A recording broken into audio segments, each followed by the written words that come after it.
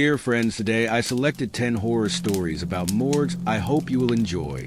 But before we start, I'd like to ask for your support by subscribing to the channel. Right now, only 30% of people watching our videos are subscribed, and your subscription will really help us keep creating more of these horror videos for you. Thank you so much for your support. And now sit back and relax and enjoy the video if you dare.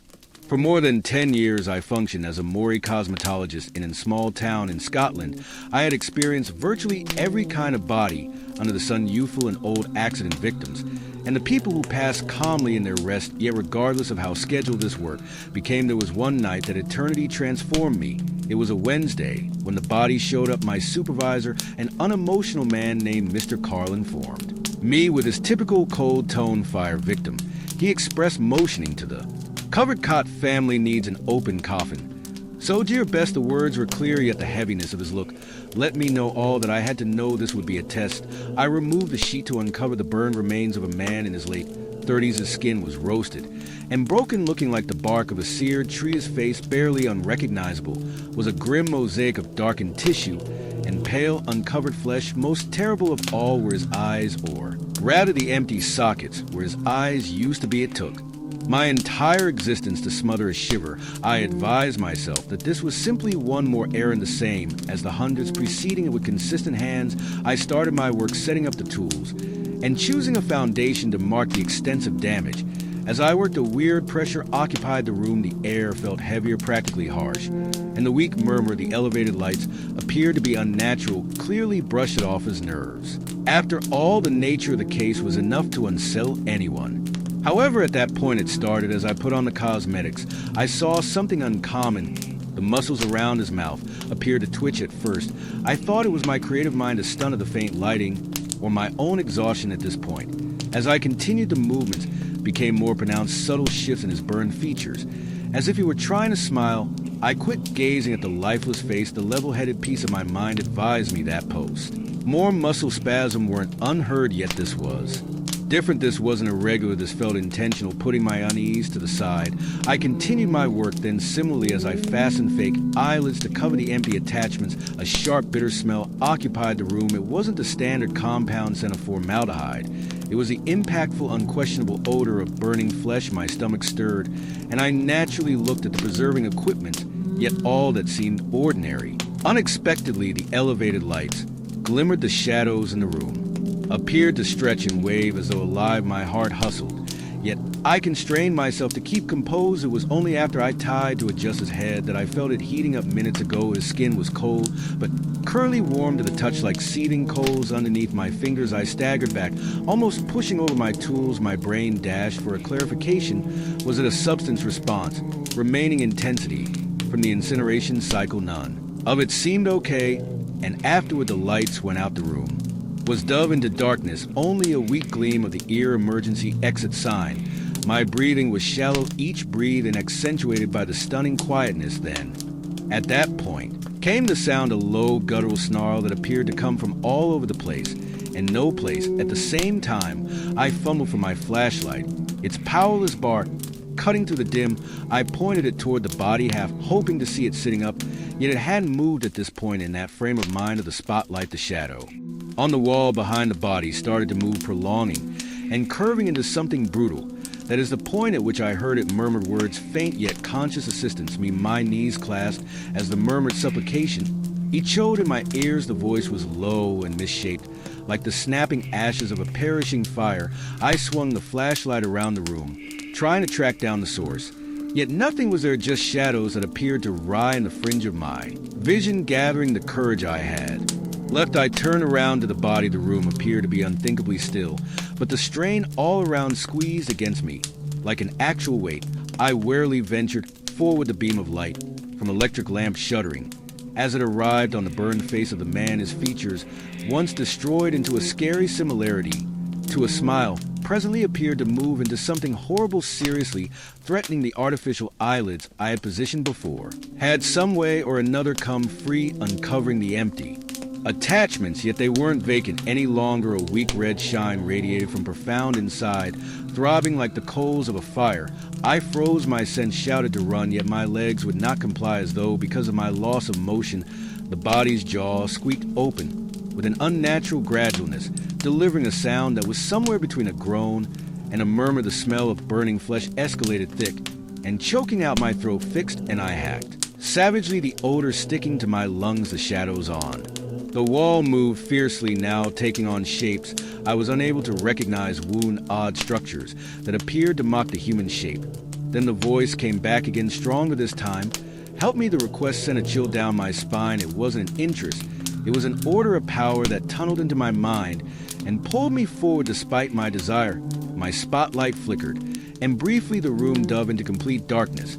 When the light returned, the body was not lying, it was sitting up, standing. I let out a compulsory shout and staggered back, slamming into the instrument plate. The accident resonated through the room, yet the sound felt quieted, like I was hearing it from submerged. My light slipped from my hands and moved across the floor, leaving me in close to add up to murkiness in the weak light from the exit sign. I could see the shadow of the body gradually turning its head toward me. The burned skin broke and stripped, leaving trails of smoke. I tried to find my light, my fingers bumbling against the cold tile floor, at long last getting a handle on it. I aimed the beam toward the figure. Just as its head completed its grotesque rotation, those glowing sockets stared directly into my soul, and its mouth opened again, more extensive this time, as though planning to shout. Yet it didn't shout. Rather, it murmured, its voice like a withering breath. Why didn't you save me? I didn't think. I acted, rushing for the entryway. I opened it up and dashed down, not thinking for even a moment to think back. My heart beat in my chest, each thump repeating stronger than the last behind me. I heard the weak scratch of development, a sound like fingernails hauling across the tile, blasting out into the night. I fell onto the grass outside the structure, panting for air. The cool night breeze did close to nothing to quiet me. I may as yet feel the severe intensity on my skin, actually smell the odor of burning flesh. I never returned inside. I quit the job the following morning without clarification, passing on Mr. Carl to ask why his most dependable specialist had left, yet no work, no check might at any point make me return to that room. Even now, I can't shake the inclination that I didn't genuinely get away from in that frame of mind of night. When the world is quiet, I some of the time hear the weak crackling of flames and that frantic voice murmuring, help me. The Morning Whisper. My name is Amra. For almost a decade, I have served as an embalmer in the heart of Caracas. It's not a glamorous job. It's not one anyone dreams of when they're a child. But over the years, I've learned to look past the stigma. Every body I touch has its own story, a life that deserves to be honored in its final moments.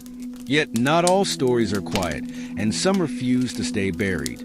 It was a Friday evening when we received the body of a young girl, just 8 years old.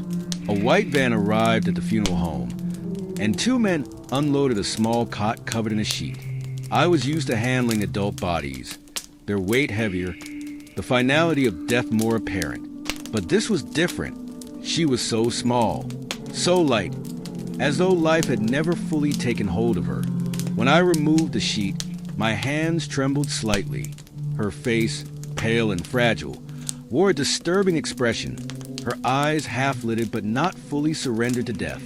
Gently, I closed them, but as my fingers lingered, a deep, empty chill ran through me. It wasn't fear, not exactly, but a hollow feeling, like a part of me had been erased. The room seemed to hold its breath. I went through the motions, the mechanical routine of my work, preserving, sanitizing, applying makeup. But with her, something was off. The air felt thick, almost oppressive, as though something was waiting just beyond my reach. I told myself it was exhaustion, a result of a long week. But deep down, I knew something more was at play. When it came time to brush her hair, her mother had requested that it be left loose, with a blue ribbon she'd sent along with her dress. As I ran the comb through her soft hair, it happened. A cold, tiny hand brushed against mine. The brush slipped from my fingers, clattering against the floor. My breath caught in my throat as I looked down, expecting to see something, anything, but there was nothing. Just a lingering sensation of those tiny fingers pressing against my skin. A mark burned into me. I tried to shake it off. My imagination was playing tricks on me, no doubt. I had a job to do, but as I bent to retrieve the brush, the air around me thickened, the room growing colder, harder to breathe. Still, I pressed on, determined to finish the task. By the time I had placed her in the cold storage room, it was past 10 p.m. I double-checked the locks on the doors, ensuring everything was secure before I began tidying up. And then I heard it, a faint giggle, high-pitched, almost innocent, but unmistakable. I froze, straining my ears. Perhaps a malfunction in the refrigeration unit, or just a trick of my tired mind. But no, it came again, louder, sharper, and unmistakably human. I stood frozen in place as the cold air seemed to seep deeper into my bones. Every step toward the hallway felt like wading through thick mud. The sound of my footsteps echoed unnervingly loud, as if the very building were listening. When I reached the door to the cold storage room, the giggle stopped, replaced by a heavy silence. I opened the door, shining my flashlight into the room. Everything was in its place. The drawers were all closed, and the little girl's body was exactly where I'd left her. But then, as I turned to leave, I heard it, a soft thud. I whipped around, the beam of my flashlight darting across the room. One of the drawers was slightly ajar. My heart raced as I approached it. My hands trembled as I pulled the drawer open, and there she was, still and lifeless, yet something was wrong. The blue ribbon, the one I had carefully placed in her hair, now lay across her chest. I picked it up, my fingers icy against its cool silk. But then I felt it.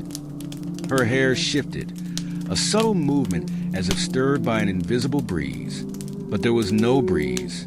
My heart stopped.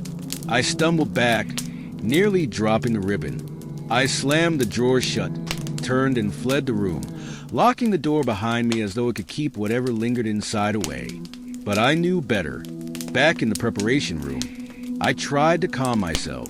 It was just stress, just my imagination. I had work to do, but as I sat there, the lights flickered, then went out entirely.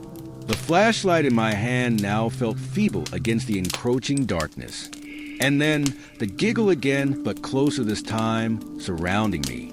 I barely had time to react. My flashlight flickered wildly as I looked around the room, the walls closing in around me. And then I felt it, tiny, cold fingers curling around my leg. I screamed, falling backward, my flashlight rolling away from me, casting long, grotesque shadows.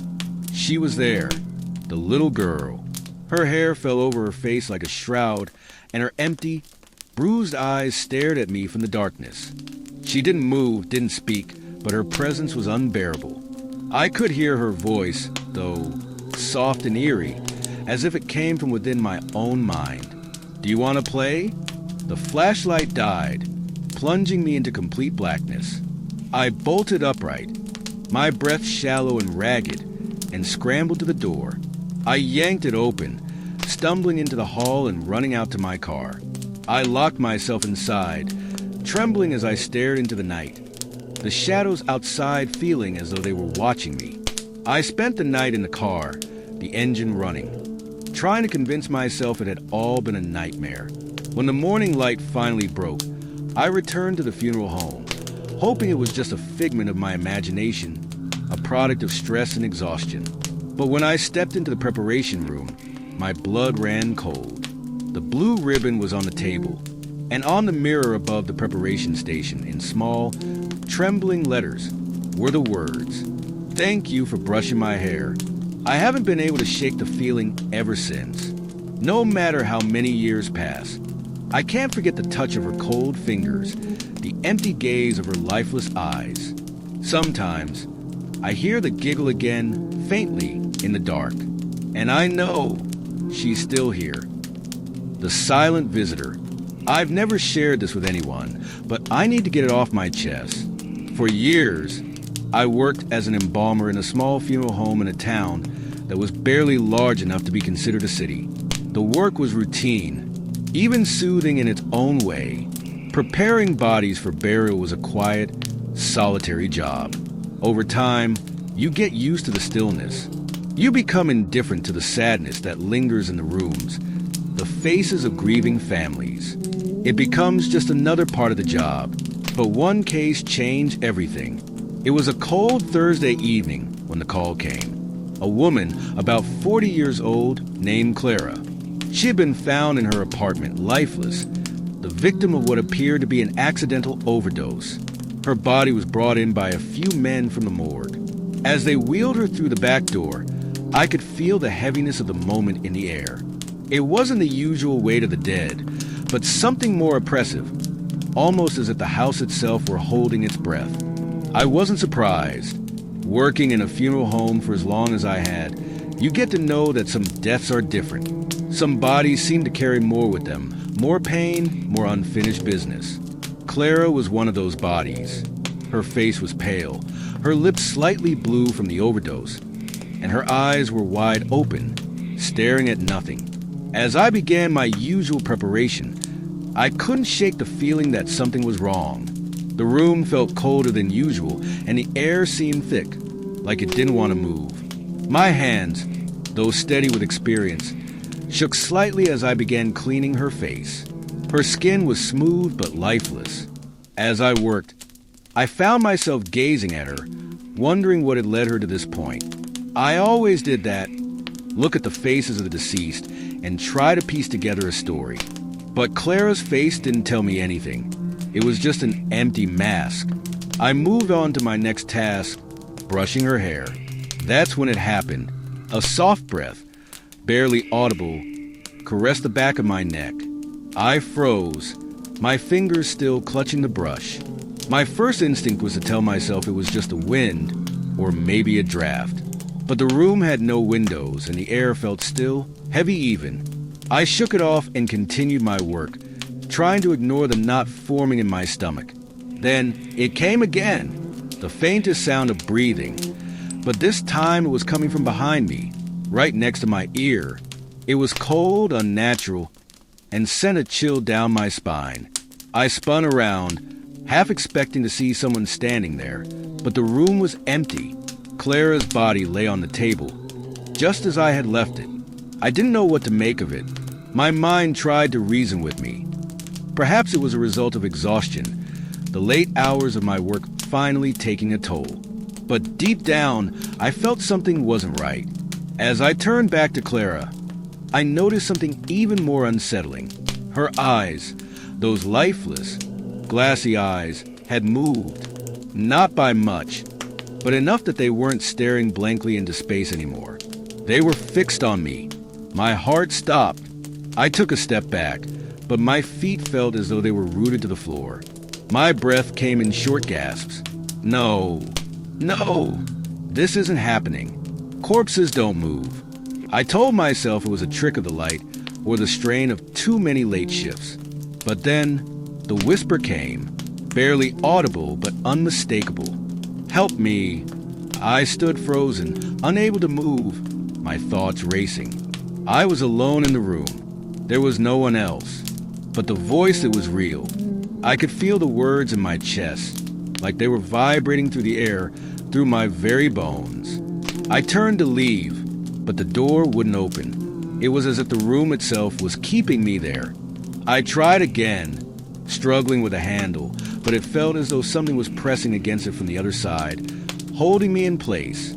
Panic began to swell within me, and I looked back toward Clara's body. To my horror, she was no longer lying flat on the table. Her hand was now dangling off the side, her fingers just brushing the floor. I didn't know how I did it, but I forced the door open and stumbled out into the hallway, my breath ragged. I locked the door behind me, trembling uncontrollably. I sat down on the floor, trying to regain my composure, telling myself that I was just overworked, that it was all in my head. But that night, the silence in the funeral home was deafening. The darkness felt alive, pressing against me from all sides. I couldn't shake the feeling that I wasn't alone. That Clara was still with me, watching, waiting. The next few days passed in a blur of work and exhaustion. But every time I walked past the preparation room, I felt her eyes on me. Every time I turned a corner, I felt that cold breath at the back of my neck. One evening, as I was finishing up, I noticed something strange. The door to the preparation room was slightly ajar. I didn't remember leaving it that way, but I assumed it was just the wind. Still, my feet moved toward it almost against my will. When I pushed the door open, I was met with an overwhelming chill. It wasn't the normal cold of the refrigeration units. It was something deeper, more unsettling. And there, lying on the table, was Clara. But she wasn't as I had left her. Her body was upright, her head tilted at an unnatural angle, staring directly at me. Her lips parted, and I heard it again, that whisper, "You didn't help me." I backed away, my legs shaking so badly I could barely stand. I ran out of the room, slamming the door shut behind me. The next day, I tried to forget it. I tried to tell myself it was just a dream, or maybe a trick of the mind, but the unease never left me. The funeral home felt wrong, and I could hear her voice echoing in my mind, calling for help. The hours dragged on, and I couldn't bring myself to go back to the preparation room. Then one night, as I sat in my office trying to finish up some paperwork, I heard it again, the whisper, but this time louder, clearer. "I'm not resting. Not until you help me." I couldn't take it anymore. I went to the local church, desperate for help. The priest who had always been so kind agreed to perform an exorcism in the funeral home. He came in, holy water in hand, and began sprinkling it over the room. For a moment, everything felt peaceful. The air lightened and the oppressive weight lifted. But just as the priest finished, a loud crash echoed from the preparation room. We rushed to the door, and when we opened it, Clara's body was gone. I don't know how or why, but she was no longer there. The room was empty, save for the faintest scent of decay lingering in the air. I left the funeral home that night and never returned. I couldn't stay in a place that had become a home to something beyond the living. To this day, I don't know what happened to Clara or why she never found peace. But I know this: not all souls rest easily, and some, when they don't, will make sure you can't either. The unspoken rule. For over 15 years, I worked as a mortuary makeup artist, preparing the dead for their final viewing. It was a job many couldn't stomach, but for me, it became routine. Cold skin, lifeless eyes, the smell of chemicals. It all blurred into the background. What used to send shivers down my spine was now just another part of the job. But there was one thing I'd always been told. One rule I never fully understood until one night when I learned why it existed. Always ask the body's permission before you begin. I always thought it was just superstition, a way to add mystique to a profession that dealt with the macabre. That is, until the night I encountered something that shattered everything I thought I knew. It was a late Friday evening when I received a last-minute assignment at the funeral home. A woman's body had arrived, and I was tasked with preparing her for a viewing scheduled the next morning. The room was quiet when I entered, save for the body lying on a metal stretcher under a clean white sheet. The name on the toe tag was Irene Green Mendoza, and the cause of death was listed as cardiac arrest. Something about her immediately unsettled me. The body was still, but her eyes, slightly open, seemed to follow my every movement around the room. It was almost as if she were watching me, judging me. But I brushed it off, a mere trick of the mind, I told myself. After all, I've been working in this business long enough to know that the human mind can play tricks, especially in the stillness of the preparation room. I turned on the surgical lights and set to work, starting with disinfecting the skin. The room was eerily silent except for the sound of my movements, but suddenly the temperature shifted. The air grew uncomfortably warm, even though the air conditioning was on full blast. The overhead lights flickered. It wasn't unusual for the lights to behave erratically from time to time, but tonight it felt like more than just an electrical issue. The atmosphere in the room felt wrong. I was about to close her eyelids when I heard it, a whisper so faint. It could have been my imagination, or perhaps the wind slipping through the cracks in the old building. "Don't do it," I froze. My heart pounded in my chest as I slowly turned to look around the room. No one was there. The doors were locked, and the only thing present was Irene's body, still lying motionless on the stretcher. I shook it off. Fatigue, I thought. I was just exhausted. With trembling hands, I continued my work. I applied makeup to her face, trying to ignore the sinking feeling in my stomach. As I moved toward embalming, the usual methodical rhythm of the process seemed different. The scalpel sliced through her flesh echoed louder than it should have, almost disturbingly so. Then the smell hit me, something stronger than formaldehyde. It was nauseating, like a rancid mixture of decay and something unnatural. I gagged and reached for my mask, trying to steady myself. But just as I did, something cold gripped my arm. My entire body went rigid. I staggered back, heart racing, and the tools I'd been holding clattered to the floor. Irene's hand, which I had positioned by her side, was now extended toward me, her fingers stiff and pointing directly at me. I wanted to scream, but my voice wouldn't come. My legs shook as I approached her, my mind racing for a logical explanation. It wasn't possible. I had positioned her hand just moments ago. There was no way it could have moved on its own. I reached out to adjust her fingers, but as I touched her skin, it felt colder, like ice. I quickly let go, a cold sweat breaking out on my forehead. Just as I moved to reposition her hand, a soft crack echoed in the room. I turned, and that's when I saw it. Irene's head. It had turned, slowly, excruciatingly slowly, until her eyes, those glassy, lifeless eyes, were fixed on me. I screamed. It was a gut-wrenching, primal sound, but it only seemed to echo off the sterile walls of the room. Her mouth opened, but no words came out. Instead, a sound, a sickening gurgle, filled the air.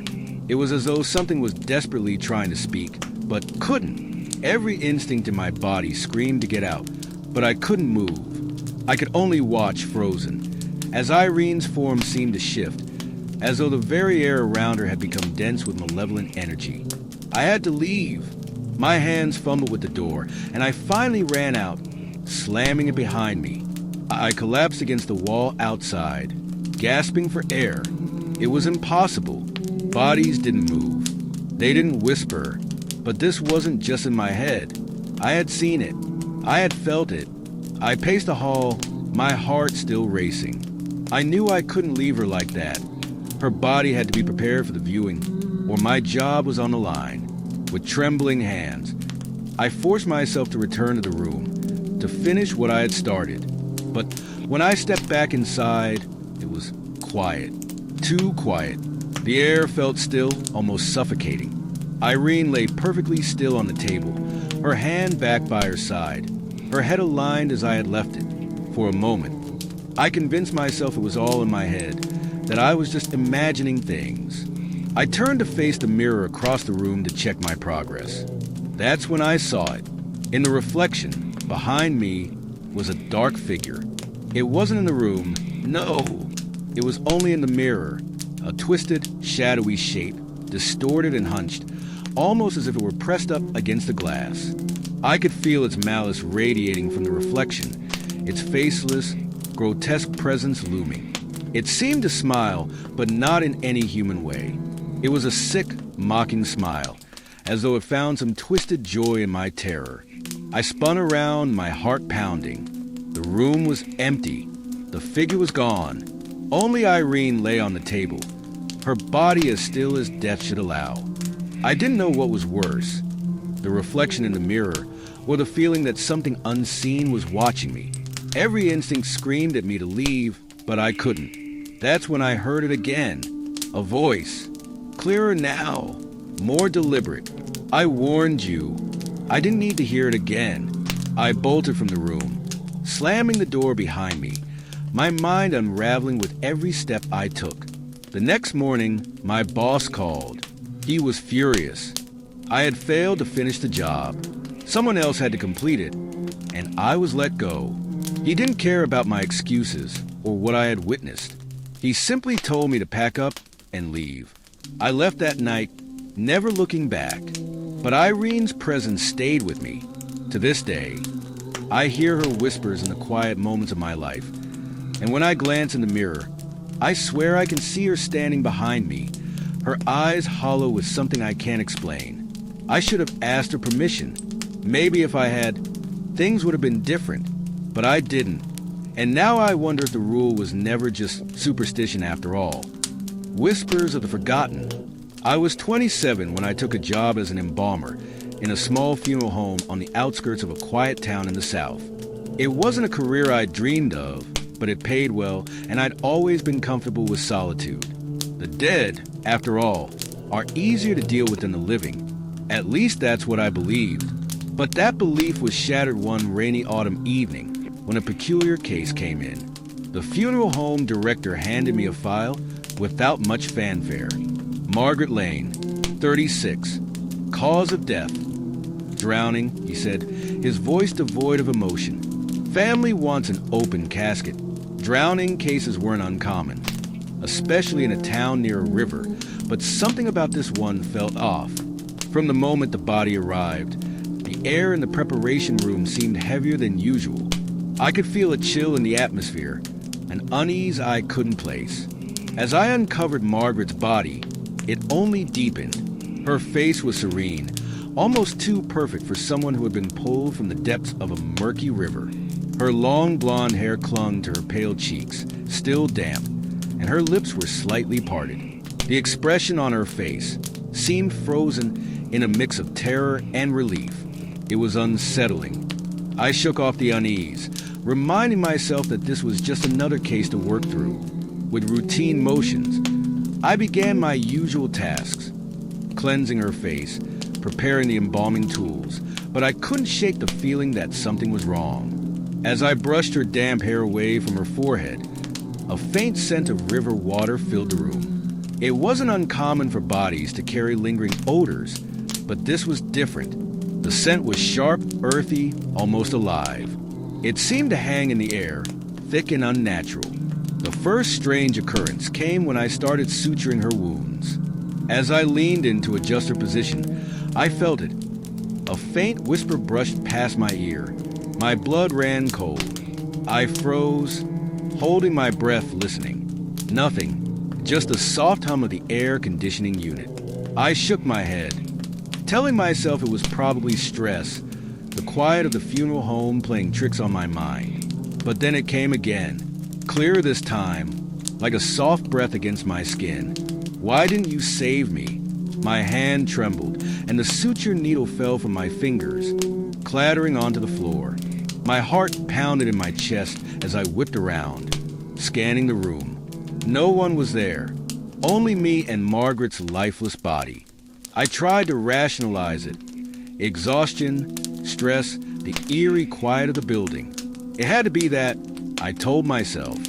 I took a deep breath and tried to gather my composure, but the whispers didn't stop.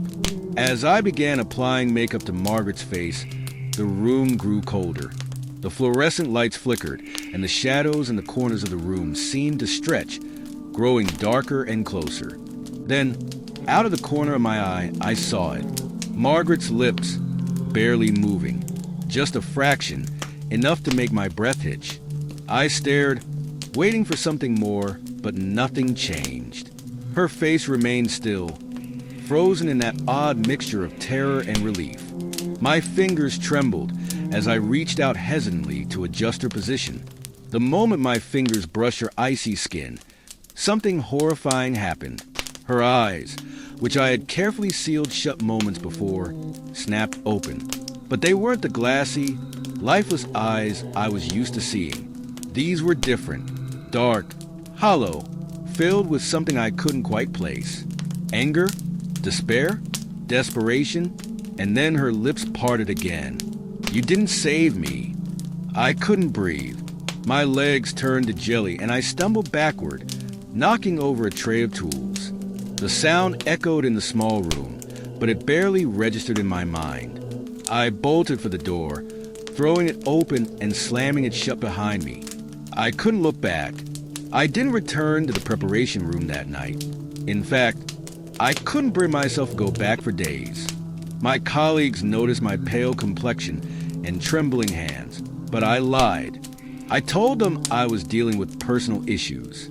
I wasn't ready to admit what had happened, or what I'd seen, but eventually, I worked up the courage to return to the room. When I did, Margaret's body was gone.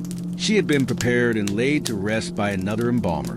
The room was the same, but it felt different. Colder, emptier. I tried to convince myself it had been a hallucination, a result of stress and exhaustion. But late at night, when the house was quiet and the world seemed still, I sometimes heard the whisper again. Why didn't you save me? And I wonder, as the shadows stretch across my apartment and the cold air stirs in the stillness, if Margaret is out there, somewhere, waiting, her hollow eyes searching for the answer I'll never be able to give. The whisper haunts me still, a reminder that some souls are not at peace. Not because they weren't saved, but because they know they were never meant to be. The Enchanted Mirror. I go by Bruno, and I've functioned as a mortician for over 10 years. In that time, I've seen endless bodies go through the entryways of our little burial service home. In Willowwood, for me, death had forever been clinical a cycle and Aaron a standard. That was until the night I experienced the mirror. It was a quiet Tuesday night. Rain lashed against the windows, and the breeze yelled like a distressed soul. The burial service home was quiet. Another case had arrived, and a man in his 50s, a heart failure victim. His name was Thomas Ben. The body was at that point spread out on the readiness table. When I went into the room, as I set up my tools, I couldn't resist the opportunity to see the weird placement of the old mirror on the far wall. It had forever been there, an elaborate plated outline with an overcast surface that no measure of cleaning could reestablish. It was more brightening than useful, yet this evening it felt severe. I started my work. Ben's face was quiet, practically serene as I worked. The mirror got my attention at first. I thought it was only my appearance. However, at that point, I understood something was off. My appearance wasn't copying my actions precisely. It was strange, a slight delay, a change in pose, yet it was there. I attempted to ignore it, focusing in rather on the fastidious course of preserving the room. Felt colder than regular, the air thick with an unexplainable strain I tried not to take a gander at the mirror, yet occasionally my look was attracted to it like moth drawn to flame. That is the point at which I saw it, a shadow, tall, rakish, and unmistakably cruel, got across the outer layer of the mirror. It didn't match the shape of the room or anything in it. I twirled around hoping to see somebody behind me, yet the room was unfilled. I let myself know it was a stun of the light, of fantasy of my drained mind at this point.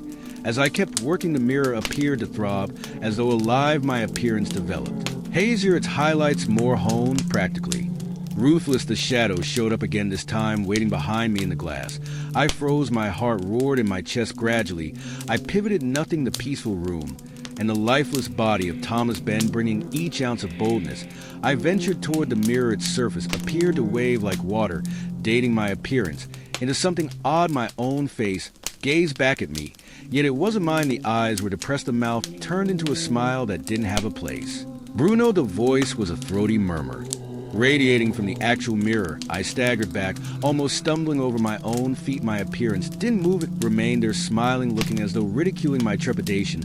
I snatched the closest item, a surgical blade, and heaved it at the mirror. The edge struck the glass, breaking it into 1,000 pieces. The room fell quiet, the harsh carrying marginally briefly. I thought it was over, then I heard it, a low, guttural snicker that creeped me out. I peered down at the pieces of the wrecked mirror, and in each section my misshapen reflection gazed back, smiling. I left the memorial service home that late evening, promising never to return. Yet even now I can't get away from it. Each mirror I pass, each intelligent surface, I see it, that bent reflection, that shadow behind the scenes. And in some cases, when the evenings are especially still, I hear my name murmur from the profundities of the glass. Bruno. Red-eyed widow.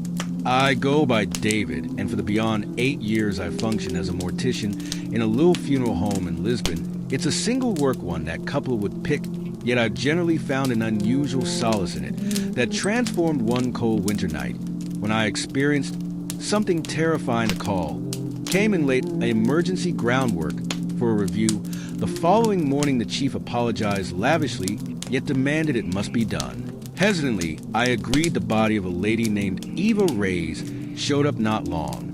Before 12 p.m., Eva was in her late 30s. Her life, tragically cut off in a car accident. Her body was surprisingly flawless.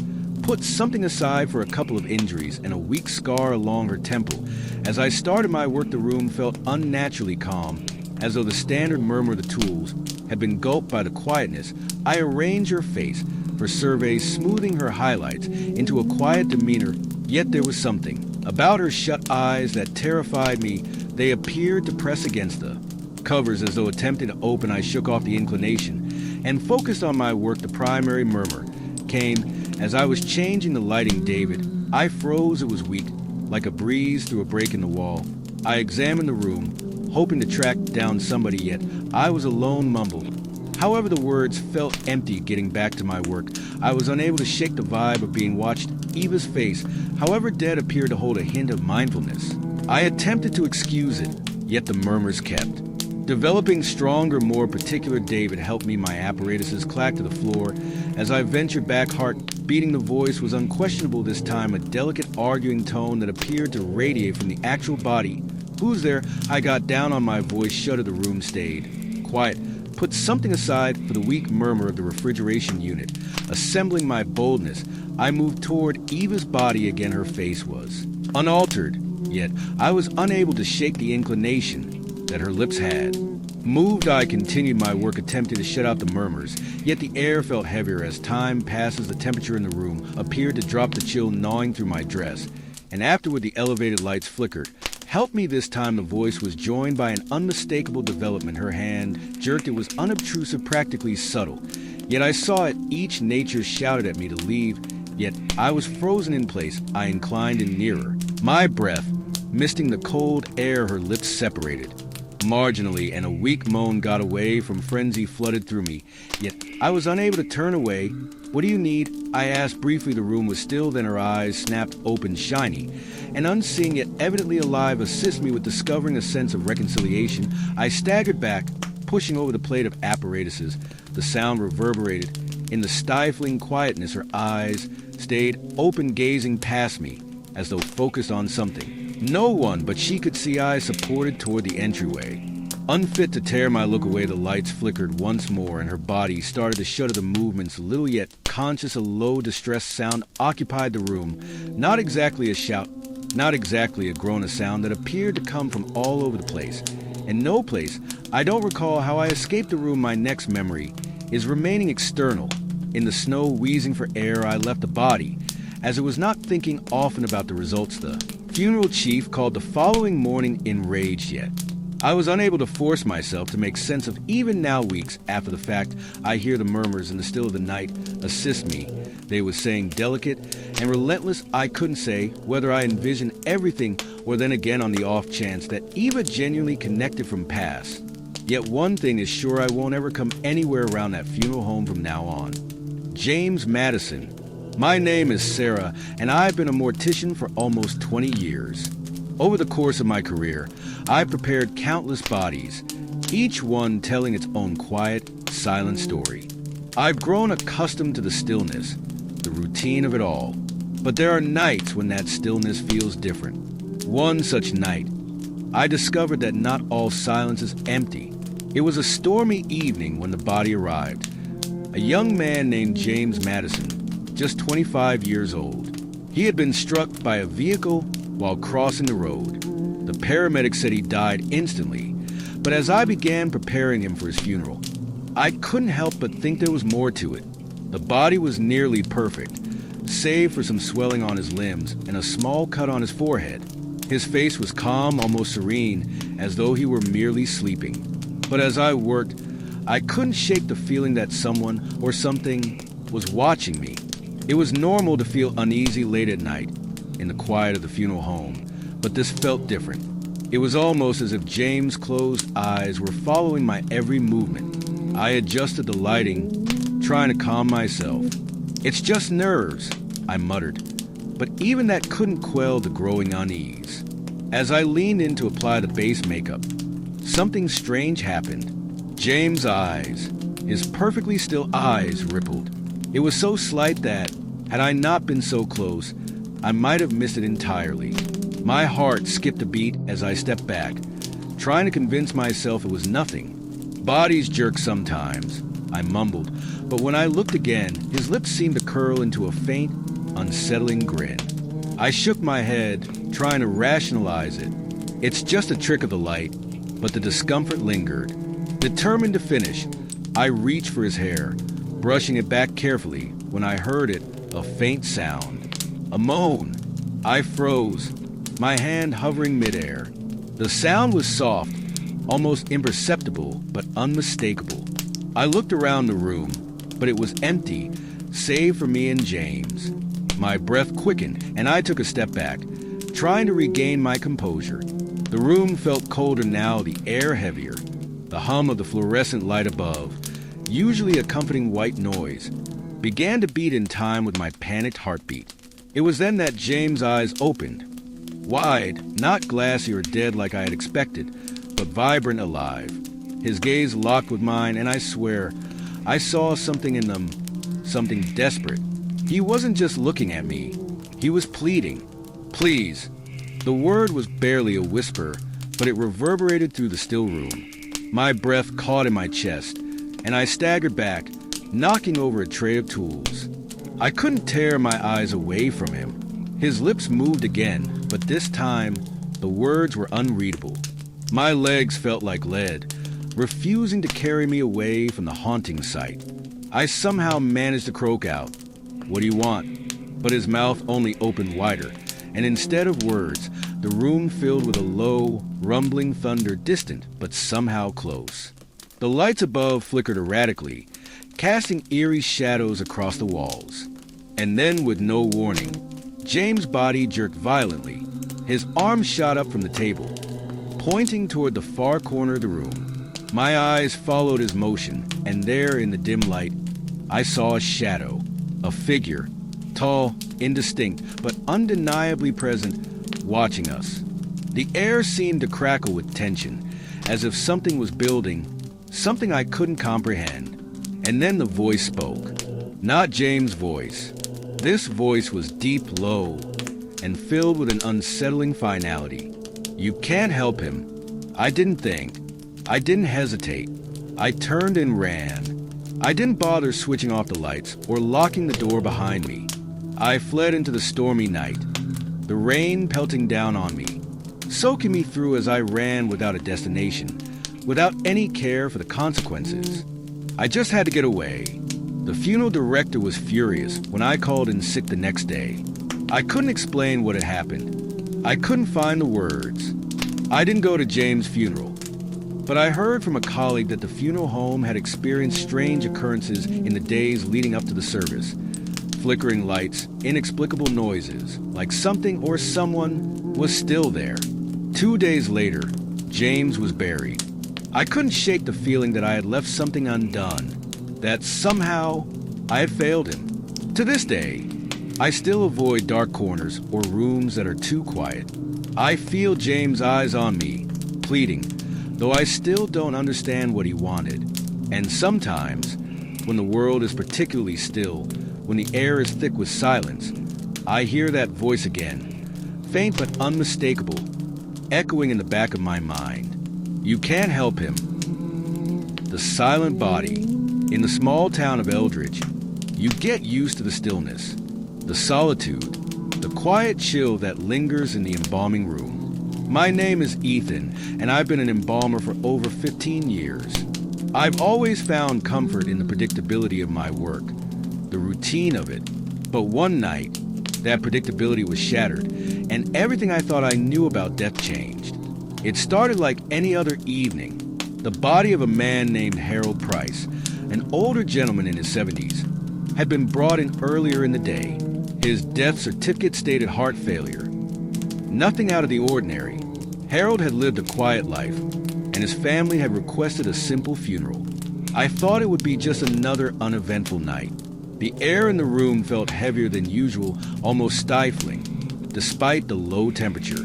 I shrugged it off as fatigue from a long week of work. Harold's body lay on the cold steel table, his features serene, his hands neatly folded across his chest and his skin pale, just as I expected. As I began my routine, cleaning his body, I heard a faint sound. At first, I thought it was a soft rustling of fabric. I paused, listening. The room was silent except for the hum of the refrigeration unit, but the noise persisted. I shook my head and continued working, attributing it to the house settling or perhaps my imagination. But then it happened again, louder this time. A distinct sigh echoed in the room. I turned sharply, my eyes scanning the shadows. The embalming room was empty. Of course, I was alone, but still, the feeling of being watched lingered. I shook it off, taking a deep breath and continuing with my work. When I began the embalming process, something unusual occurred. As I inserted the trocar into Harold's body, I felt resistance, more than I'd ever experienced before. The needle caught on something, and for a split second, I swore I felt the slightest movement beneath the skin. My hands froze mid-motion. No! I whispered to myself. Bodies twitch sometimes. It's natural. But this felt different. It felt deliberate. Alive. The lights flickered above me, bathing the room in darkness for a brief moment before they steadied again. I looked down at Harold. His expression had changed. His lips, which had been neutral before, now seemed to form the faintest smirk. I backed away, my heart pounding. You're imagining things, I muttered under my breath, trying to convince myself it was nothing. But as I moved toward the door, I heard it again, a low, guttural noise. It wasn't coming from Harold. It was coming from the refrigeration unit behind me. The freezer door rattled, as if something or someone inside was trying to push it open. I froze. The rattling grew louder, more insistent. Summoning courage I didn't know I had, I slowly turned toward the source of the noise. The freezer door was slightly ajar, cold mist seeping out and swirling around the edges. Hello. My voice trembled as I took a cautious step forward.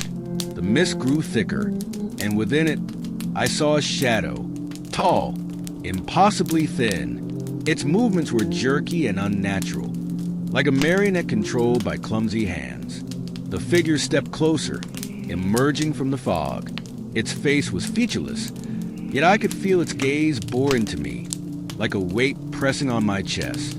Leave, it whispered, its voice echoing in my ears even though its mouth never moved. I couldn't move. My legs refused to cooperate. The figure took another step, and the air grew colder, heavier, pressing against my chest. The lights flickered again, casting the room in total darkness. When they returned, the shadow was gone. The freezer door was fully open. Harold's body, however, remained perfectly still, his smirk more pronounced than before. I didn't finish my work that night. I locked the mortuary and drove home, my hands gripping the steering wheel so tightly my knuckles turned white. Harold was buried just 2 days later. I didn't attend the service, but I overheard from a colleague that the family had requested the casket remain closed, an unusual choice for a man who had died peacefully in his sleep. To this day, I can't step into that embalming room without glancing nervously at the freezer door. And every time I see a shadow out of the corner of my eye, I wonder if it's still watching me, waiting for me to return.